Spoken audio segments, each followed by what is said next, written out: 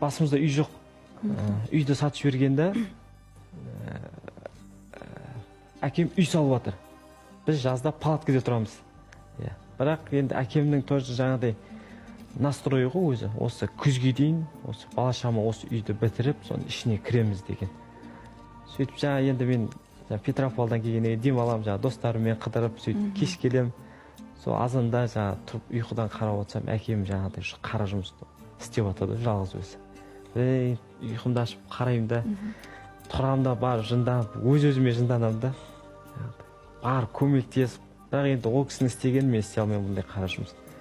Сол кезде жаңа әкем айтады ғой, арқамнан, Айдос, сен демал. Сен жаңа Петропавлда жүрген кезде қанша күш сарып, халықтың туын желбіретем деп еңбек етіп жүрсің, сенің жұмысың менікінен ауыр, так что сен демал, бұндай жұмысты маған қылдыр деп демеу беретін. Соны енді мен қатты өзім сезіне білдім деп ойлаймын, өйткені ішкі жан дүниеңнің ар жағында тұратын. Өйтіп маған сеніп отқан әке-шешемді мен жерге қаратпауым керек деп, осы бір жауапты бір нені сезіне білдім.